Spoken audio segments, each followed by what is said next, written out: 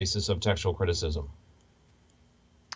And why Matthew, Mark, Luke, and John, and not the other Gospels, quote unquote, that we hear people bring up, especially atheists and agnostic skeptics who are pretty much looking for any error or anything where Christianity messed up, always mentioning these other Gospels, quote unquote. So why Matthew, Mark, Luke, and John?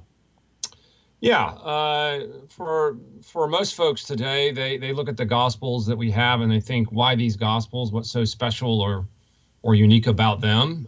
They hear about things like the Gospel of Thomas or the Gospel of Peter or some of the fragmentary Gospels we have, and they think, well, hold on a second, why not these Gospels? What's so special about our canonical four? And they ask that question pretty naturally. It makes sense why people would want to know the answer to that. Now, modern scholars, or at least some modern scholars, are quick to leap on that question and assure people that there are no differences between Gospels, that it's a rather arbitrary choice, and that Gospels are just the product of various theological factions in early Christianity. And this, of course, goes back to the theory of Walter Bauer and his view of orthodoxy and heresy in earliest Christianity. And so one group has this Gospel, another group has that Gospel, and you just ended up with the Gospels we have now. It's because your group won. But if another group had won, then we would have maybe different Gospels in our canon. So that whole narrative is fairly well established out there. But for anybody who wants to sort of dive into the historical evidences, you realize that narrative only works if you look at it from 30,000 feet. Once you start diving into the weeds, you realize there are differences between our four Gospels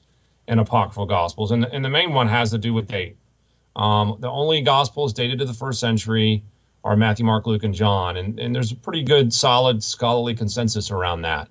There's a few people who try to put other Gospels in the first century, but it's never been met with much success. And so when the dust settles, you only have four Gospels that take you back to the first century, only four Gospels written in the lifetime of eyewitnesses, and only four Gospels that could possibly be connected to the apostles. And so that's why we think Matthew, Mark, Luke, and John are distinctive Gospels.